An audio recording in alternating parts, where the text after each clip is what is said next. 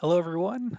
Thanks for joining Microfocus Universe 2021, and welcome to our on-demand session today, Securing the Financial Sector with ArcSight. My name is Preston Weiler, and I'm a Product Marketing Manager for ArcSight, and I'll be co-presenting today with Emra Alpa.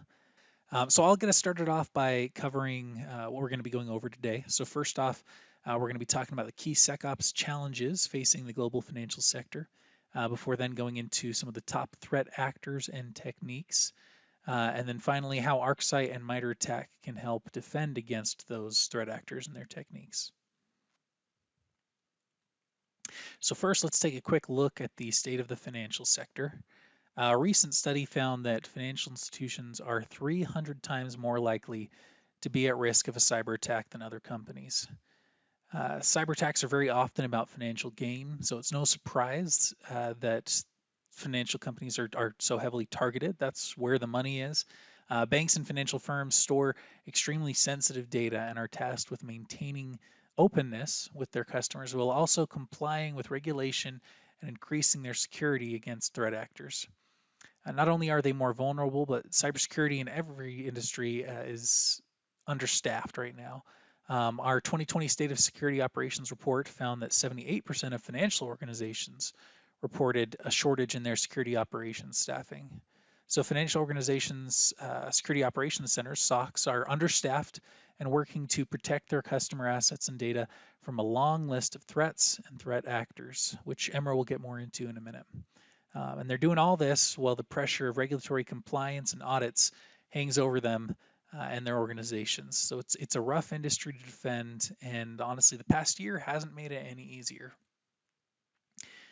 Now, as we all know, 2020 was just a crazy year. It was slow and in many ways just was progressively worse.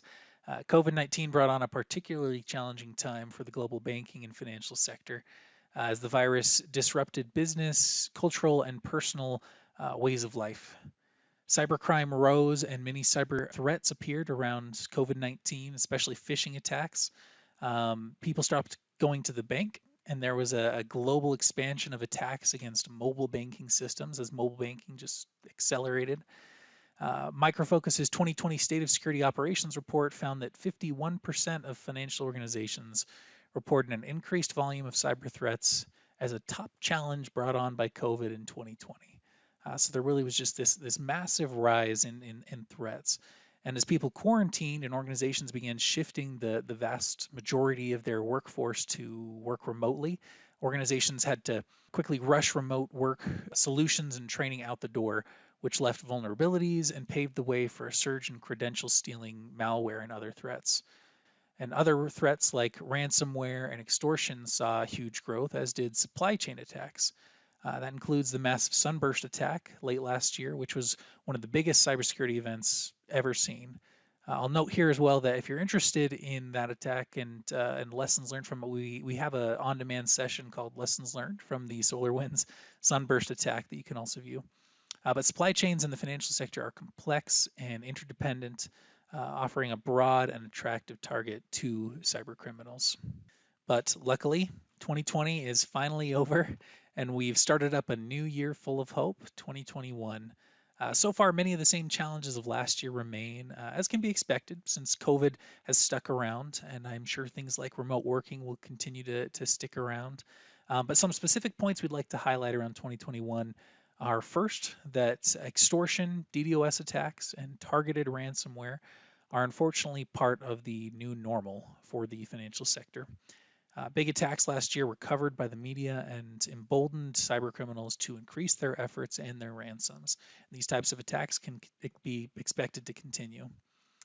And to cover their tracks, these cybercriminals will now expect you to pay in cryptocurrencies such as Bitcoin. Bitcoin is also on the rise due to various economic crises around the globe that have made cryptocurrencies in general more attractive. Organizations can also expect cybercriminals to switch to transit cryptocurrencies for charging victims and other privacy-enhanced currencies such as Monero. And finally, as technology evolves, threat actors are getting more and more innovative with both old and new techniques, implementing uses of cutting-edge technology applications like 5G and AI-backed deepfakes that make privacy and protecting customer assets and data even more difficult. So with so much facing the financial sector, operational resilience has shot to the top of agendas around the world. The financial industry needs to stay ahead of the curve as much as possible and work to both retain talent and implement innovative, comprehensive solutions and security frameworks to defend their organizations. So with that, we'll now move into discussing the top threat actors and techniques for the financial sector, which Emra will be leading us through. So go ahead, Emra. Thank you, Preston. That was an amazing introduction. I'm very glad to be here with such an audience at Micro Focus Universe. Again, thank you for being here. So, without further ado, we'll start with the top threat actors, their techniques, and the top tools that they use to attack the financial system. And we will then continue with what their motivations are, why they are doing this in the first place.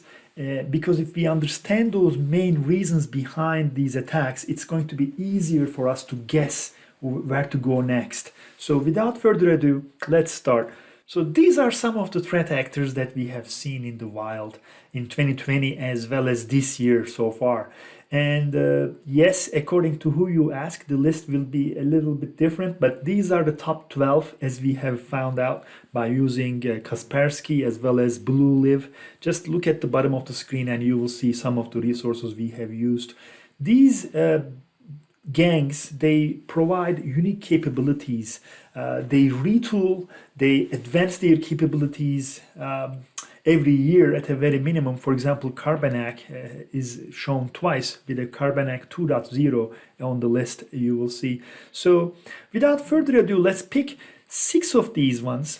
And it's just automatic choice. There's no reason why I chose these 6. I just wanted to visualize them for you so that you could see how you could see them in the MITRE ATT&CK matrix, which is one of the frameworks we use for finding the commonalities between threat actors.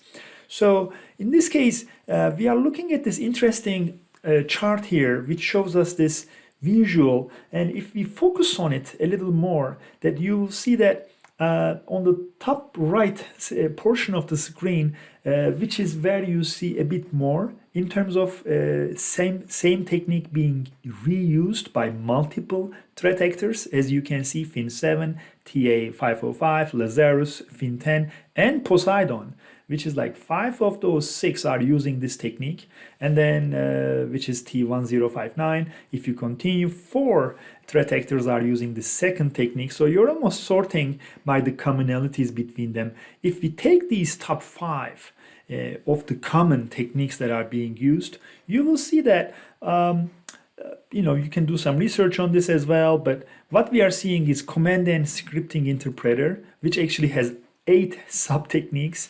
And long story short, we are now talking about somewhere like 30-35 sub techniques to protect against, to defend against.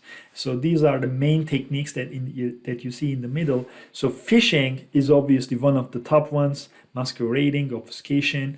So as ArcSight, we actually have gone through a MITRE ATT&CK evaluation where we were tested against some, if not all of these techniques and sub-techniques, and we will talk about that towards the end of our presentation as well. So, and this is the same chart, this time with the sub-techniques also being added as an additional layer in between the technique and the threat actor associated with it. So this is T1059.001.003.005.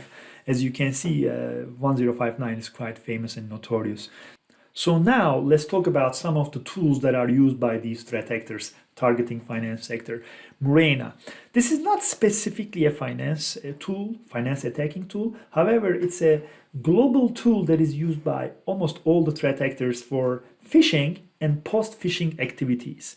I'm not sure if you remember, but there was Modlishka and EvilGenex. Back in 2018, I believe they were really famous, which automated these activities. This time, now we are talking about this Murena, which is a lot more powerful. It is a lot more up to date. It has more evasion techniques built into it.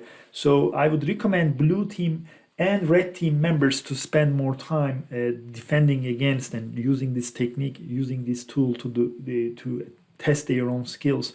So The second tool that I'm going to show today is called Anubis, which is a special mobile banking Trojan for Android especially, and it allows you to do keylogging on the system, so you can get all the passwords or the other identity, bank account information of the users without the users actually knowing about this.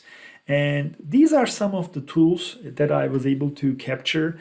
GIMP, the Gihimob and Basbanque, some of them are more from Latin America, but don't let that stop you, because you never know when they will be using these tools for global campaigns outside Latin America as well. So I'm not going to read the whole list here, but these are some of the things we have seen in the wild.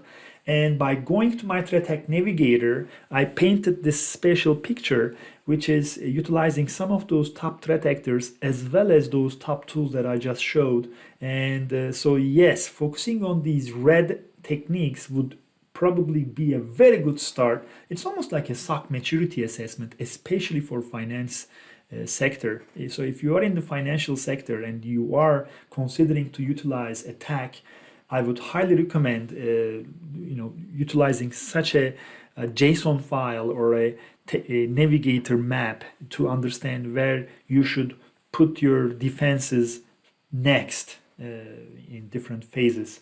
So yeah, so with that, I'd like to talk about the motivation of the bad guys as to why they are choosing the financial sector in the first place. As you can imagine, billions of people, they rely on the financial sector, right? In order to pay their rent, in order to make a living, to buy the groceries. So we need the money, right? So attackers follow the money in order. So by remembering this, it's almost going to be very easy to guess where the next attack may come from.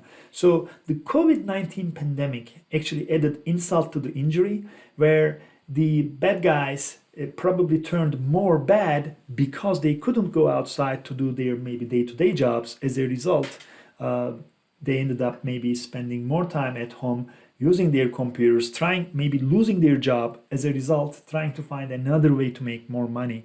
And that resulted in an increased cybercrime in general. Actually, last year, in summer, I was talking to a bank and they were saying the ransomware was one of the biggest threats because of the COVID, where the per ransom price increased, as well as the periodicity, the how many times you get hit by ransomware increased as well. So there are new threat actors entering into the market using the ransomware as a technique in order to extort money from the victims. So how is this financial sector being targeted? Let's talk about that. So this is the new playing field. The apps, the SMS messages, all those things that have to do with the smartphones are what you need to secure, what you need to consider, because that's what the bad guys are going after. What are the top fraud attacks? We never discussed that today. So this is a screen that I captured from the Kaspersky fraud report from 2020. They actually released this in January 2021. And according to Kaspersky, account takeover, money laundering, and synthetic accounts are the top three attack vectors. And the first one, the account takeover, is what I'm going to focus on first. It's a growing concern, which is confirmed by many financial organizations. So at a high level, we have a legitimate user who is probably not knowledgeable about what's going on. So somebody, in this case, our bad guy Fisher, sends a phishing email and somehow gets her credentials because she clicks on that phishing link. And then now the bad guy Fisher has a copy of a username and a password. So he now starts doing testing these username password combinations against multiple applications. Maybe it was her Spotify account that the bad guy has access to. Now he's going to try it against multiple systems, most likely for financial gain, financial applications or financial websites. If we were to put ArcSight in the middle here, we would be capturing those logs as well from the destination web server. In this case, I'm not here to say, oh yes, deploy ArcSight and all these problems will disappear. No. However, we have actually succeeded in detecting these in real time in many banks and in real time. That is the differentiator, because time does matter in sensitive attacks like this, because once the money leaves the organization, now it's too late. You can do a lot of hunting, a lot of forensics after the fact, but if you don't have any choice, sure, that's not such a bad thing, but stopping these things at the right time in real time is probably more important, because it's such a sensitive use case.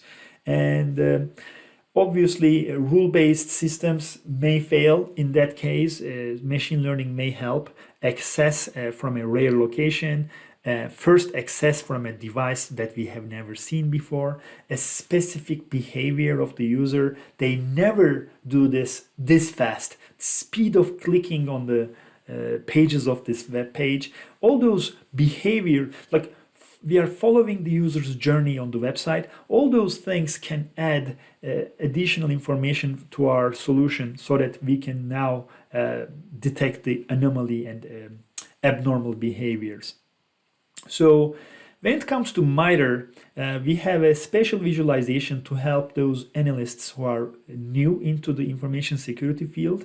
We tell them, if this account takeover attacks is what you're going to be assigning this level 1 analyst with, why don't they just learn to focus on this credential access tactic, which has this brute force? In this case, this is a sample alert. It would give you those account takeover attacks. Again, layered threat detection is important here. This is where things get really interesting, right? Differentiating real-time technology, because seconds do matter. It's a decade old technique, yet it has stood the test of time. And then once we find those known attacks, we can feed the results to an unsupervised machine learning engine, which can take things to the next level, and we can now remove the false positives. And we are not necessarily using one or the other. We are utilizing these two different technologies together, and add to that a timely threat intelligence out of the box, and now we have a solution in motion. And this is something actually we are hearing from our customers. Don't give me an analytic here or there. Give me something that I can rely on. So again, this is the overall solution. We are mixing and matching the analytics for a true defense in depth using our ArcSight solution here. And securing the financial sector recommendations. So safeguarding the financial system is not easy, but we have some recommendations here. Don't do the things on the left, try to do the things on the right. So SMS as a second factor authentication alone, or geolocation being relied upon as a second factor authentication alone. These are the old antiquated techniques for second factor authentication. Try not to use them. And if you really have to use them as a start, but not as a final decision maker. And on the other hand, what we do recommend doing is following the user session and correlating the transaction and the device at the same time. Don't rely on static things like, what's this device? Does this have this cookie or not? They shouldn't be enough, right? You should increase these things without creating more difficulty to the user. It is possible, and let us show you how. So we are here for that reason. That's why we are having this session. So with ArcSight, how can we help you to defend against these attacks? We actually have used MITRE ATT&CK matrix as our guiding principle to change the future of ArcSight, so that it is easier to use, so that it has actionable results in a security operations center. This is how I think MITRE ATT&CK can help. It allows us to take action based on this big data, which first looks a little bit tough to understand, but the more structure you add into this picture, slowly now the whole thing becomes more clear, right? You start deploying level 1, and then you get some results. Now you go back to the drawing board, you do another maturity assessment, you find out the next problem area. Now you prioritize certain techniques within that area. Now you redeploy certain additional techniques, certain additional ArcSight modules. And this is an ecosystem, right? It is an ongoing cycle. And in each iteration, you're taking your maturity level one level higher. So this is our own MITRE Navigator page, which is an integral block of our CyberRes website. So feel free to go to this URL, cyberres.com/attack, and this is where you will get all the updates on MITRE ATT&CK from an ArcSight perspective. And this is the not a web page. Now we are looking at our product. It does show you in a heat map fashion which areas you are protected against, which areas you should consider protecting next, and that type of thing. So it's important to see your enterprise from a 20,000 foot view perspective, more like a sea-level tool, I would say, which would allow you to make a decision on which further defense techniques you should employ for the next phase of your defenses. So, attack evaluation round 3. First announced in 2018, MITRE ATT&CK evaluations is the industry standard when it comes to leveling the playground for security vendors. It is a real-world emulation, real-world attack test, which takes 2 days to attack plus an additional day, so 3 days of constant attack. So there's this red team behind these attacks, and as the blue team, you are supposed to defend against these techniques and left, right, and center, and almost like a capture the flag from DEF CON. And after 3 days, you get a score, and of course, there's no perfect score or hey, you scored this much. I don't think they are trying to do that, but yes, that's the I guess ultimate goal of every security vendor, to score the highest in this game of detection. We actually have a special presentation on this very topic. As the results have not been announced yet, we cannot give too much information, but we wanted to give a 30-day countdown special edition 1-hour workshop on how we prepared to this evaluation. We cannot give too many details, but yes, we will talk about some of the things that were important for us in order to prepare for this, and we can share some lessons learned in this one. So with that, Preston, please, let's go with the conclusion. Okay, great. Thanks, Emra. Great commentary. So to conclude, I don't think anybody can say that they have the right tool to stop all attacks, because it's always people, processes, and technology. Your workforce is your number one defense. The analysts who know your environment will be a lot harder to evade than any single tool. Having said that, ArcSight is committed to helping your organization with its cybersecurity operations. ArcSight has 5 particular key use cases, which we cover in different on-demand videos and demos, all of which are available to you at MFU. We recommend checking those out. 3 that we feel are particularly important to the financial industry are these 3 here. First, the ability to reduce your exposure and risk. Second, ArcSight's ability to increase your overall operational efficiency. And lastly, ArcSight's ability to help increase your compliance. So again, we have content available for each one of these, not on our MFU channel, then at least on our ArcSight Unplugged channel. So we recommend you check those out. We also recommend that you check out the Micro Focus MITRE ATT&CK Navigator, as well as our various case studies of ArcSight's experience in helping different financial customers secure their organizations. And that includes a new case study, our financial services organization case study. It's an anonymous one from the US that just got published recently. And then, as Emra mentioned, we have the MITRE ATT&CK evaluation results coming out for round 3, which focused on Carbanak and Fin7. Those should be coming out in the next month or so, so we recommend that you keep an eye out for those. So thanks so much for attending today. I hope you've been able to learn something, gain something for your security organization that'll help you increase your cyber resilience, especially against cyber threats facing the financial sector. Again, if you want to learn more, we have the recommended assets linked down below. Go ahead and give them a click and reach out to your Micro Focus representative if you need anything else. Thanks.